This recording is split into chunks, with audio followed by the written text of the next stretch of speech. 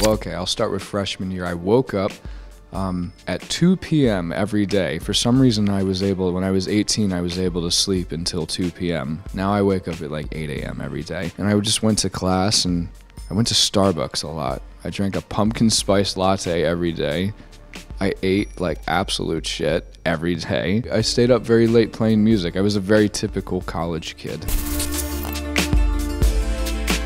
I didn't know I would become this successful, but I always hoped I would be. Yes, I've definitely always dreamed of being a musician. There are pictures of me when I was 13, having my parents take pictures of me like on the beach, and I would call it my album cover, and I would make fake CDs, and I was always just obsessed with having a CD. Supreme lack of privacy. That you really can't get back. Sometimes I dwell on the past, like when I had a little bit more privacy, but I still can have privacy. It's just like how you condone yourself. That's the most challenging part. The greatest thing is like going to restaurants. That's like the best thing ever. I sometimes do. I do less now. I used to do it a lot more. In a sea of praise, I would find one mean comment and just be fixated upon that, and it's just not worth it. I definitely get more satisfaction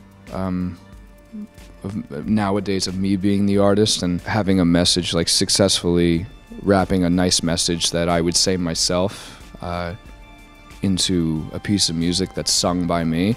But I really love helping other artists figure out a way to say things. The biggest difference is I implement a little bit more emotion into my own songs, because I look at my songs as a version of me, like little bits of me.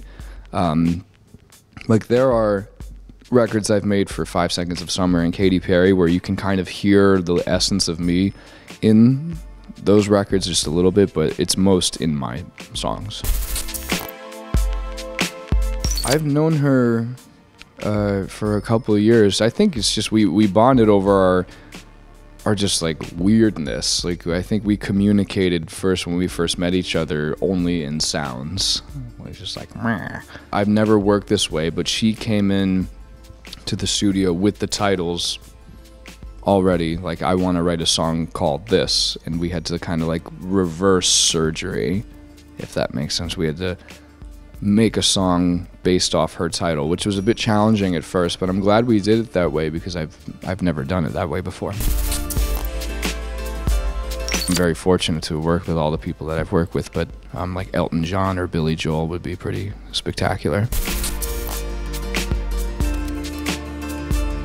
What's interesting is Mother is more of, it's kind of like my evil twin side of me. It's kind of made up. Not kind of, it is made up. The whole story is based off a hypothetical thought of mine that was, what if I wasn't like a good guy in high school? What if I was like a recluse and went out every night?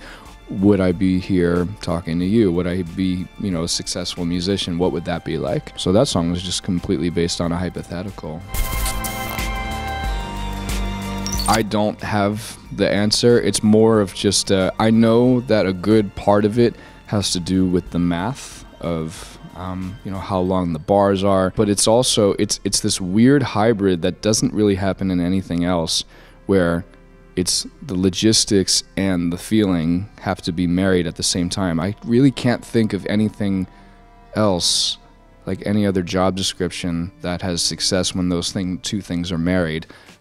Logistics meaning the bars and how fast the notes go, thematically what's happening in the song, where it happens at a certain point before your brain gets bored and doesn't want to hear it. And also, so you have the logistics, and then you have the humanistic feeling, just the vibe, like the feeling that's like layered right on top of it, almost like a cake. And when those two aren't married at all, the song is a flop. But when they are, it's great. It also has a lot to do with the artist's personality implemented into the song as well. So it's just a whole bunch of nonsense, but that's how I perceive it.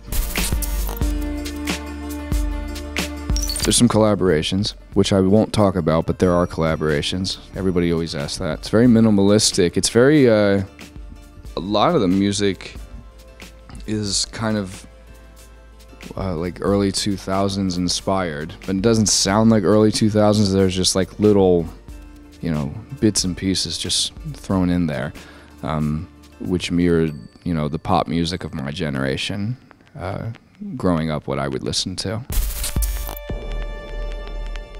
What's the very scary driving circle where everybody kind of just like right over there that everyone, yeah, I remember driving there, not myself, but being driven in a taxi, I think in 2015, late 2015, and I was really afraid to go in that circle because everyone was just driving all across from each other, almost running into each other. It was like a peaceful chaos.